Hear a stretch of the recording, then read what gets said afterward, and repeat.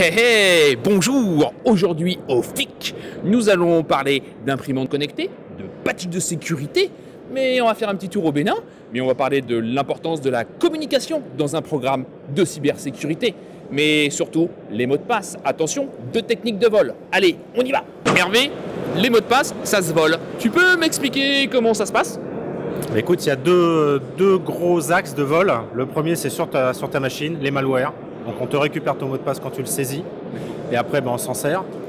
Le deuxième, c'est tous les sites auxquels on accède. Il y a des grands exemples en ce moment. Adobe qui s'est fait voler 152 millions de mots de passe. LinkedIn il y a 2 ans. Snapchat dernièrement. Ça, les ados connaissent très bien ça. Donc là, on récupère directement les bases de mots de passe, les fichiers passwd sur les serveurs Unix pour faire simple. Et après, on a tout notre temps pour casser les mots de passe et les exploiter.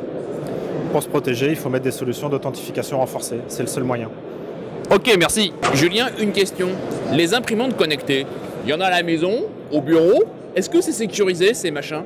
Alors clairement non, c'est assez marrant, c'est un des périphériques les plus oubliés sur un réseau et ça a souvent énormément de services par défaut, du FTP, du telnet en clair, avec les mots de passe par défaut bien entendu. Et ce qui peut être assez drôle en général, c'est les interfaces d'administration web qui sont en général oubliées, sur lesquelles on peut par exemple changer l'adresse mail sur lequel vont être envoyés les scans, les impressions.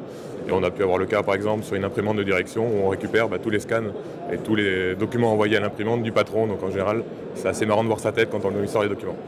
Merci. Wilfried, tu fais partie d'une ONG au Bénin autour de la cybercriminalité. Tu pourrais nous en dire plus sur tes activités ?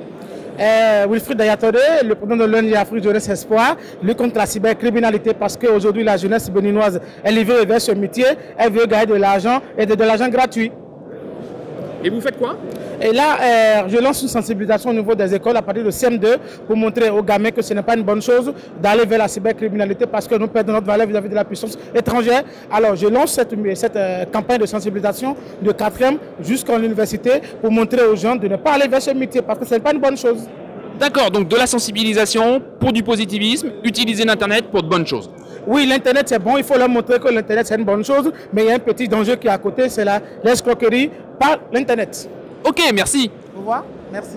Diane, relever le challenge de la cybersécurité, c'est une problématique technique, humaine, organisationnelle, réglementaire ?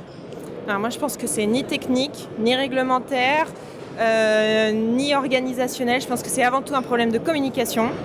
Il y a deux gros challenges à relever. C'est un, cibler son auditoire. Il faut vraiment s'adapter à son auditoire. On ne parle pas à un top management comme on parle au grand public. Et deuxième point, je pense qu'il faut vraiment utiliser les nouvelles technos, que ce soit des messages visuels. Aujourd'hui, il faut capter les jeunes. Ce sont ceux qui vont utiliser le numérique de demain. Donc il faut insister sur le visuel, sur l'animation, sur les nouvelles technos, les réseaux sociaux, etc. Donc voilà, c'est vraiment utiliser ça. Et on le voit bien par exemple avec toutes les histoires de Snowden. Oui, ça a peut-être bougé dans les entreprises, mais franchement le grand public, est-ce que ça a changé quelque chose? J'en suis pas sûre. Merci. Jean-Philippe, une question. Mettre à jour ces applications, c'est tout le temps la galère vis-à-vis des directions métiers. Quel serait ton conseil ?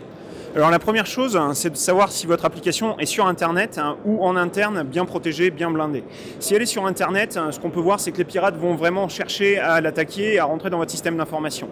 Donc c'est peut-être la première chose à protéger. Et dans ce cas-là, on peut profiter en réactif, malheureusement, parce que le proactif est un petit peu difficile aujourd'hui encore, pour les directions métiers, de changer l'application avec une version plus sécurisée bien sûr, et d'en profiter pour faire un audit sur tout le parc et changer toutes les applications qui seraient du même genre ou de la même version. Voilà. Ok, merci.